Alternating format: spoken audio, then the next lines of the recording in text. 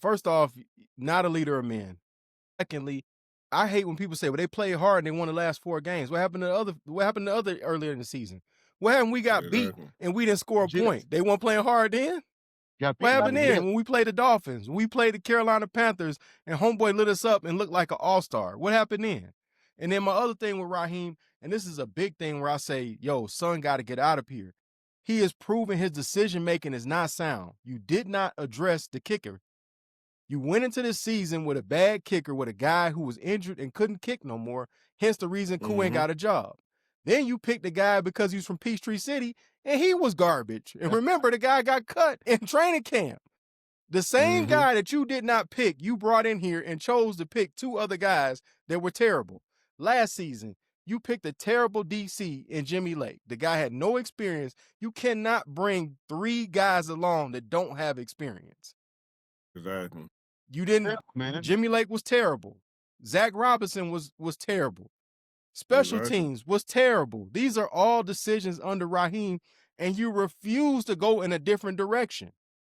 After you saw it was not working, then you leave Kirk Cousins in too long, whether the man lied to you or not. That's not up for debate. Let's just say Kirk lied to him and he don't know the man's hurt. I'm gonna give him that. But the play on the field proved he wasn't getting it done, and you left him in there until you wasn't in competition no more, until you was out of it. KP, there's no way you're the head coach of your football team and you don't know that Kirk Cousins is hurt. You know he's hurt. What you did was you listened to him when he said, "Don't worry, coach. I got this. I still got it."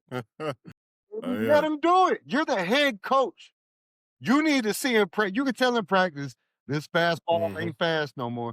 He's hurt. You need to go and sit down. Okay. Let Michael come in. That's what we got him for.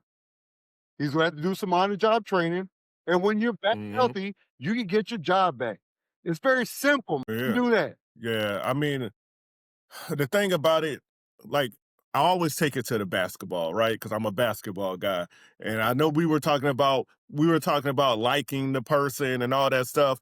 Phil Jackson won a bunch of championships. He won with the Lakers. He won with the Bulls. And when I heard Kobe Bryant and Shaq and Michael Jordan and Scottie Pippen, when I heard them talking at the end of their championship, not one time did they say, "Man, I really like Phil Jackson." No, he's like, "Hey, we won with Phil Jackson," but I never heard them say, "Hey, no." He's MJ said he liked Phil. MJ said he liked Phil. Scotty don't like him. MJ admitted he liked Phil.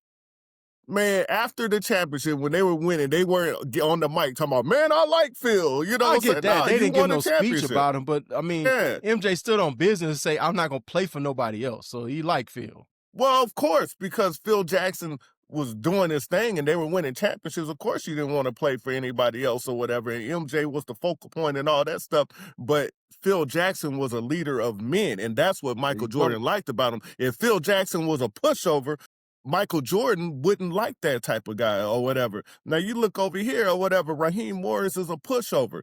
I mean, just what you were talking about with Kirk Cousins or whatever, with Kirk being able to stay out there. And you know Raheem Morris knew that the man was hurt or whatever, but yeah, he gonna give in and let Kirk do what he wants. He's not a leader and he needed to be out. They need somebody that's going to be in there, that's going to be forceful, that's like, "Hey, this is what we're going to do, whether you like it or not. This is what we're going to do, and you're either going to buy in or you're just not going to play." It's one or the other. It's not the whole, like, different styles win. Like, the coach makes the style of coaching. If making decisions, it's doing things instead of reacting, it's doing things preemptively, right? If